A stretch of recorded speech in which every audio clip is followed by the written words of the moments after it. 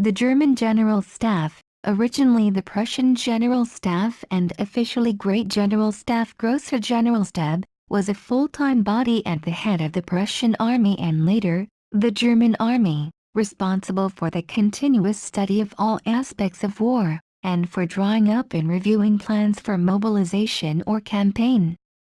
It existed unofficially from 1806, and was formally established by law in 1814, the first general staff in existence.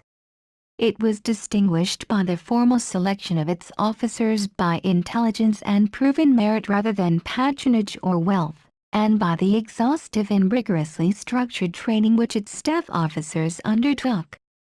Its rise and development gave the German armed forces a decisive strategic advantage over their adversaries for nearly a century and a half. The Prussian General Staff also enjoyed greater freedom from political control than its contemporaries, and this autonomy was enshrined in law on the unification of Germany and the establishment of the German Empire in 1871.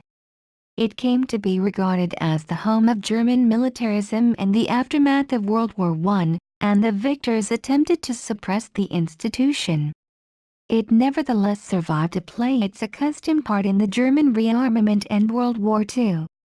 In a broader sense, the Prussian General Staff Corps consisted of those officers qualified to perform staff duties, and formed a unique military fraternity.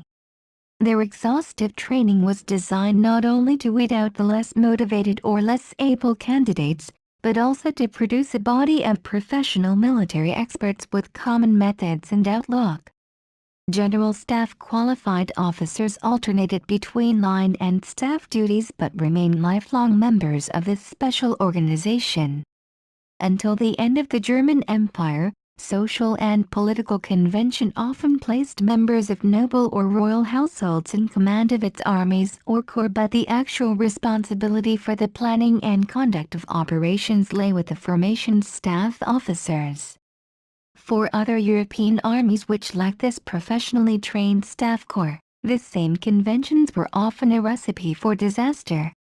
Even the army of the French Second Empire, whose senior officers had supposedly reached high rank as a result of bravery and success on the battlefield, was crushed by the Prussian and other German armies during the Franco-Prussian War in the campaigns of 1870–71, which highlighted their poor administration and planning, and lack of professional education.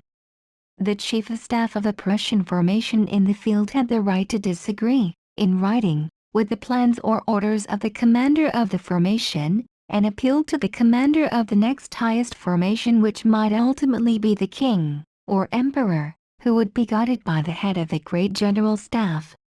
This served as a check on incompetence and also served for the objecting officer to officially disassociate himself with a flawed plan.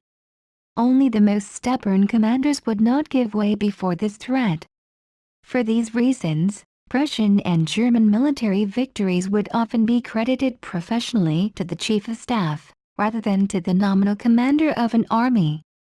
Often the commander of an army was himself a member of the General Staff, but it was now institutionally recognized that not only was command leadership important, but effective staff work was a significant key to success in both pre-war planning and in wartime operations.